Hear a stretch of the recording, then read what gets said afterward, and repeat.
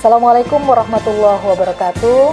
Saya Rahmati Tassos MSI, Kepala RRI Palembang, atas nama keluarga besar Lembaga Penyiaran Publik Radio Republik Indonesia Palembang, mengucapkan Selamat Hari Keluarga Nasional ke-32 tahun 2025.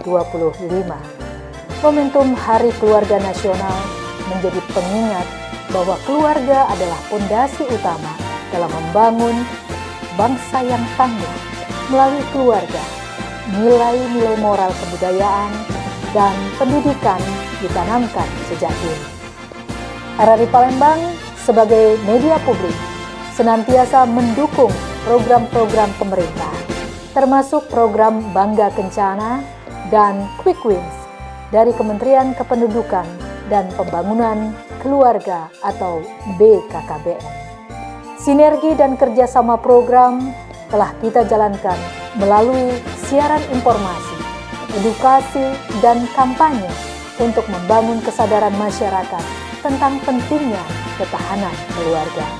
Mari kita jadikan keluarga sebagai tempat pertama dan utama dalam mencetak generasi Indonesia yang sehat, cerdas, dan berkarakter.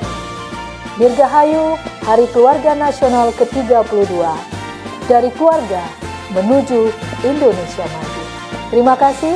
Wassalamualaikum warahmatullahi wabarakatuh.